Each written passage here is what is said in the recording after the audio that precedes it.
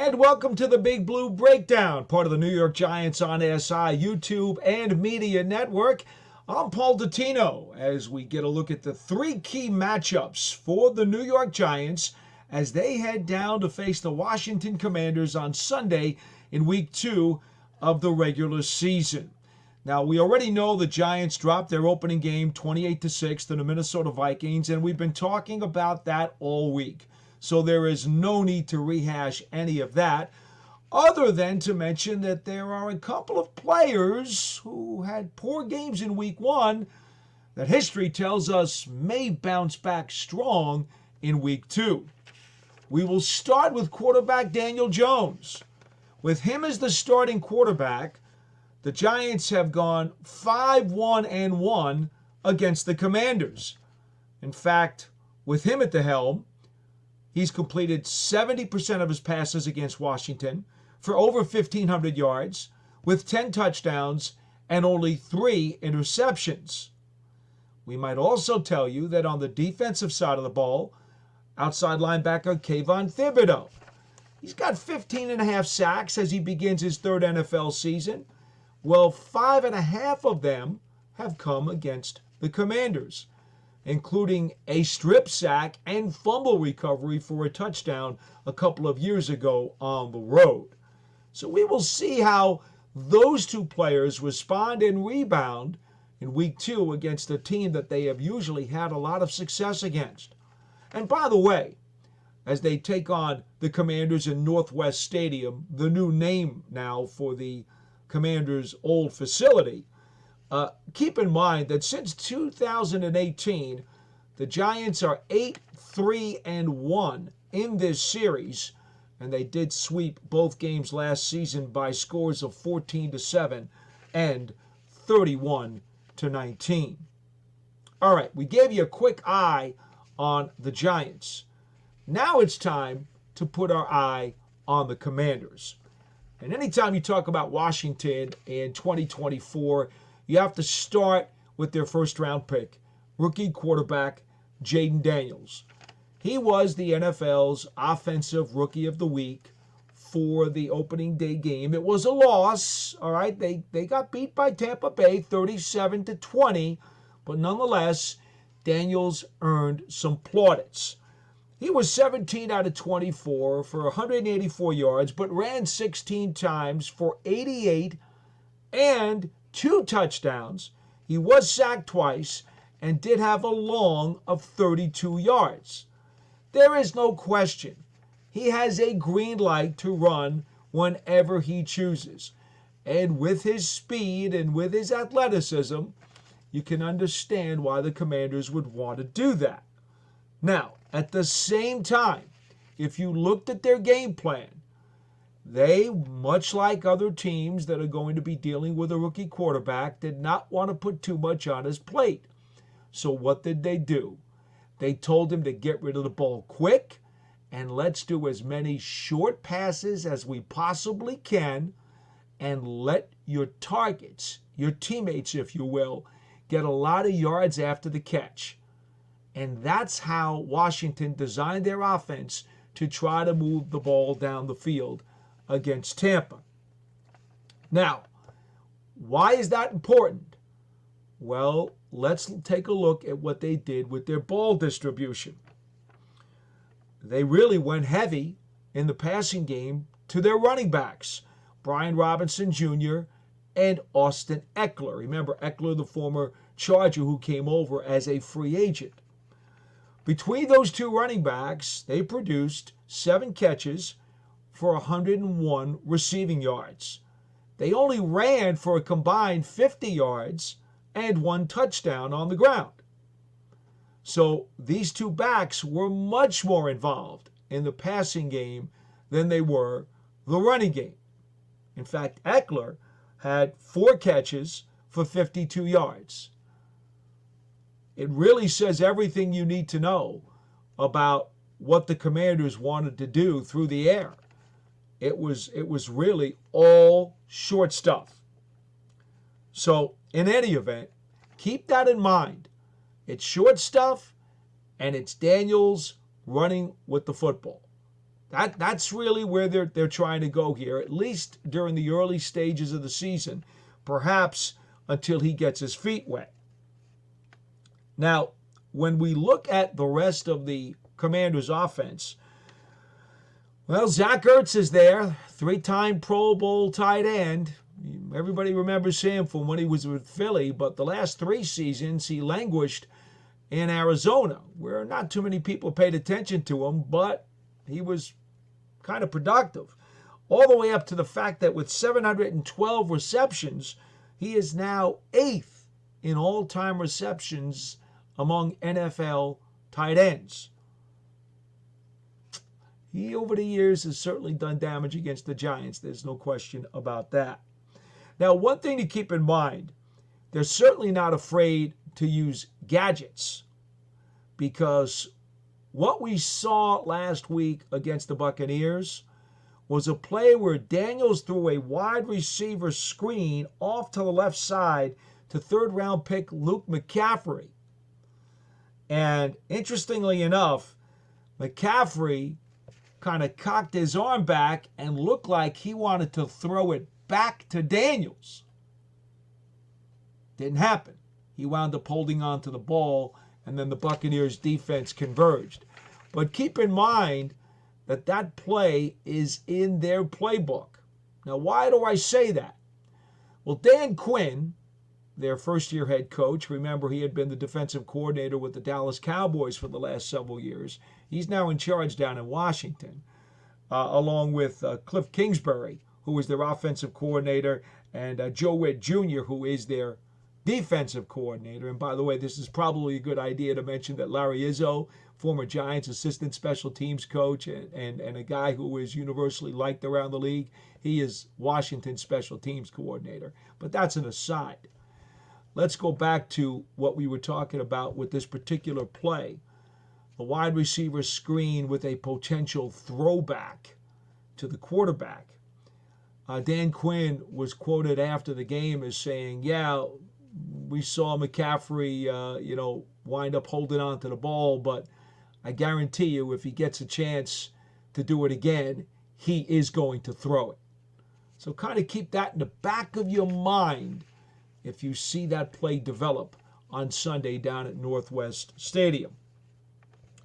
All right.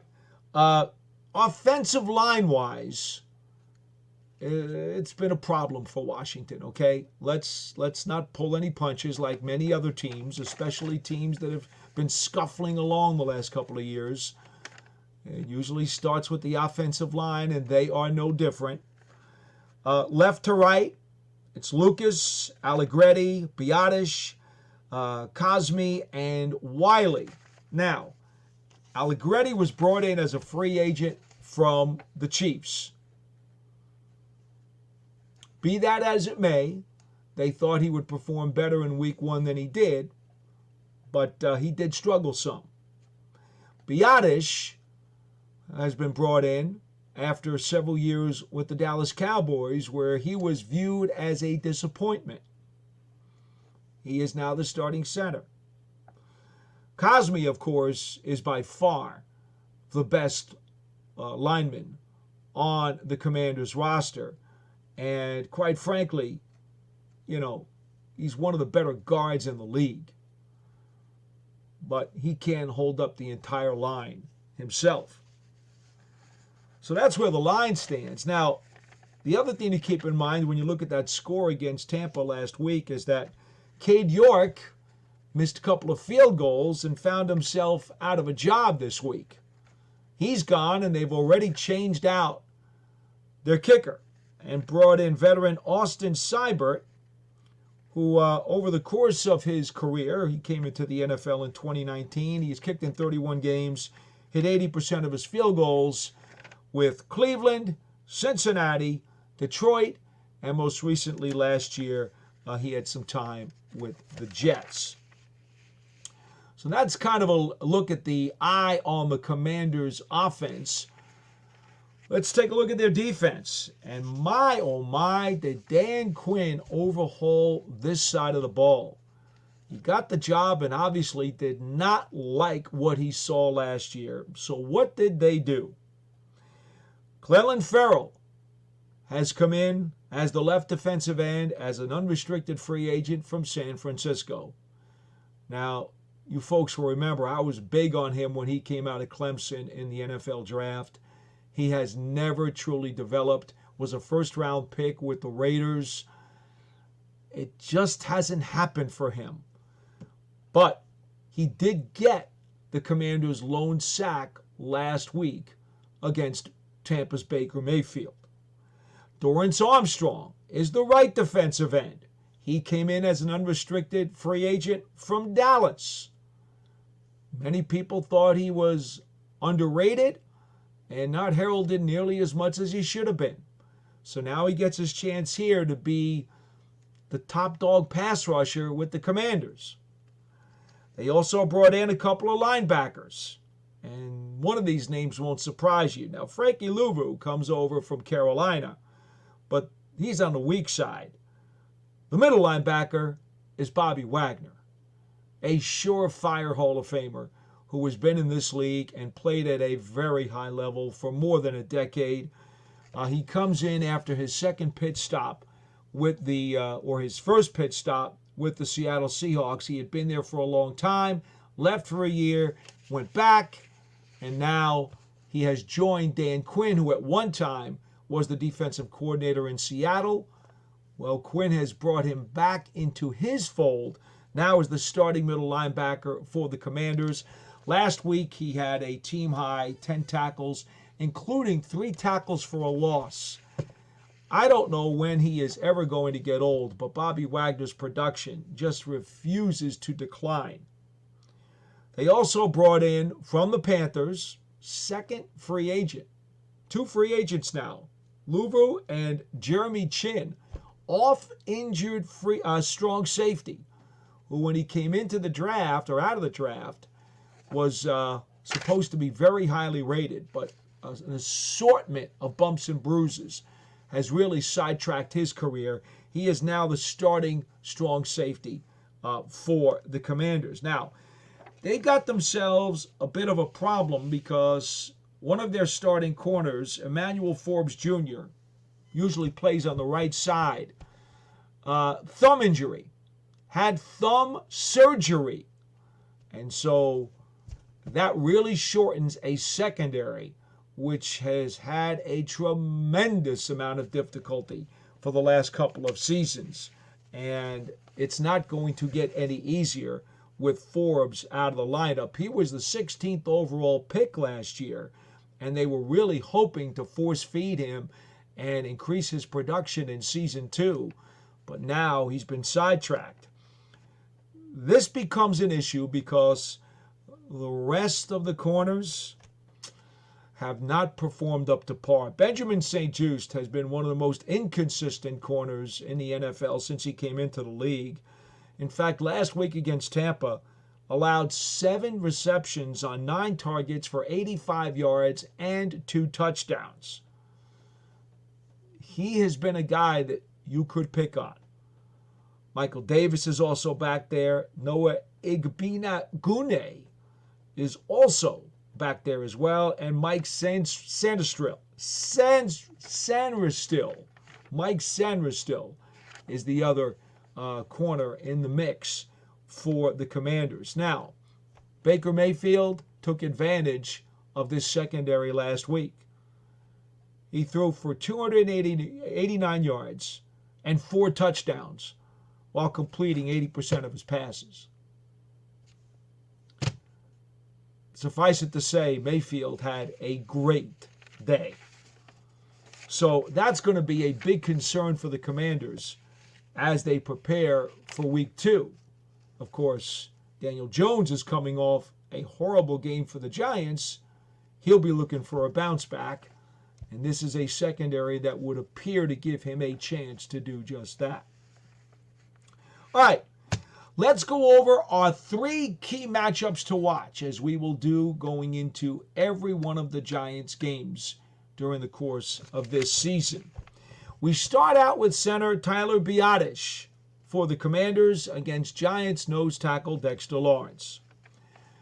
Last year in Dallas, Biotish, who continued to disappoint, and it's why they finally decided not to renew his contract, he allowed 4.5 sacks as a center last year. That is a lofty number, and not one that they were very pleased with. We will see if he can button down on his efforts with the Commanders in 2024. Dexter Lawrence, we all know how good he is. Last week, Sam Darnold of the Vikings had 24 pass attempts. Dexter Lawrence had 8 pressures.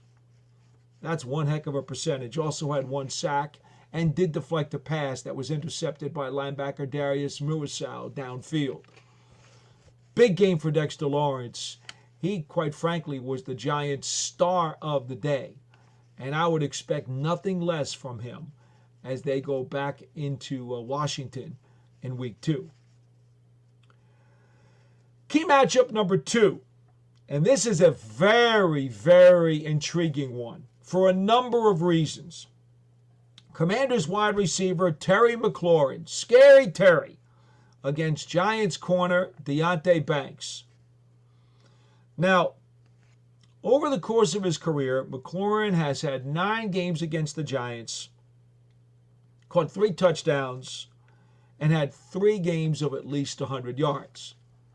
Over the course of that time, he's averaged against the Giants about 9 targets, about 7 catches, and about 87 yards a game.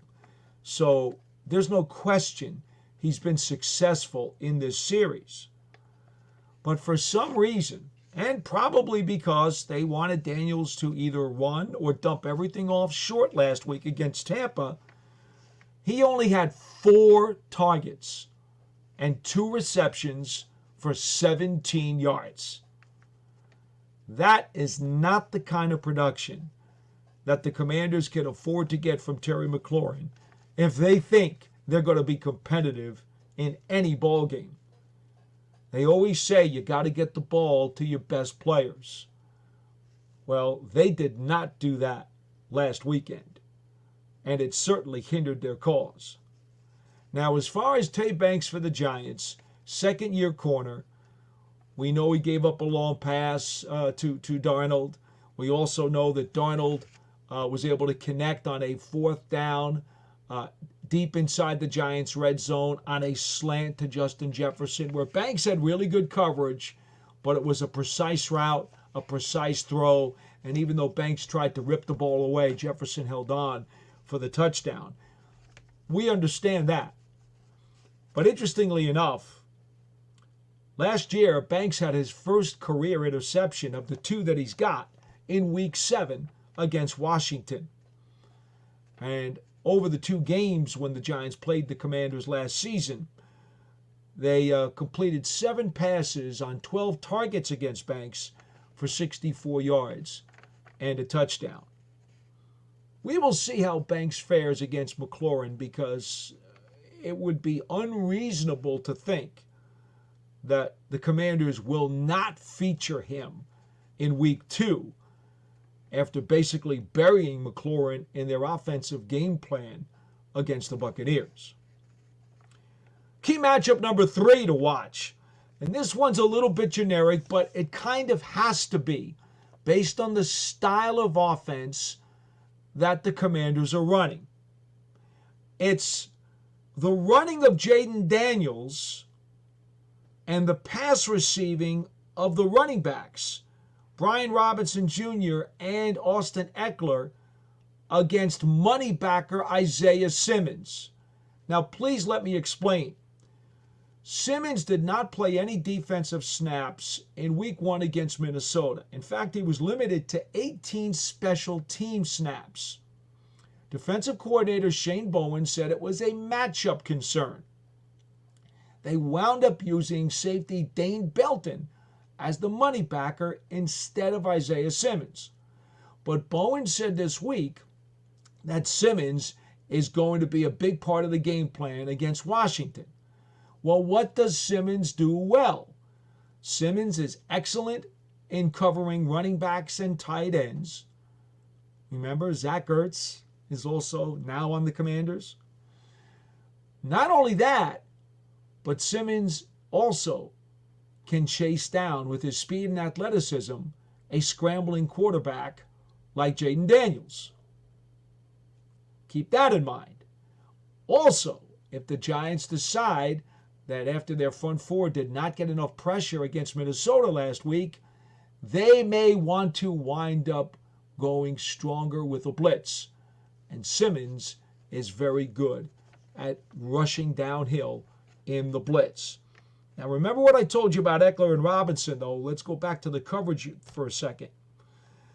Both of those guys, Robinson, of course, was a former wide receiver at one point in school and before he came into the NFL. But both of those backs are very accomplished route runners. They're nifty, shifty, and they can catch the ball extremely well. So keep that in mind. And Robinson, by the way, not to sleep on his running ability, because 2 of his best 3 career games on the ground came against the Giants back in 2022 when he ran for 96 yards in the first meeting and 89 yards in the second meeting. So those are our 3 key matchups to watch as the Giants take on the Washington Commanders in week 2 of the regular season. And don't forget, we will be back after the game sometime overnight or early Monday morning with our exclusive New York Giants game balls and gassers as we break down the Giants offense, defense, and special teams in this week 2 matchup. And it's all right here on the Big Blue Breakdown, part of the New York Giants on SI, YouTube, and Media Network. Until next time, I'm Paul Dottino. We'll see you then.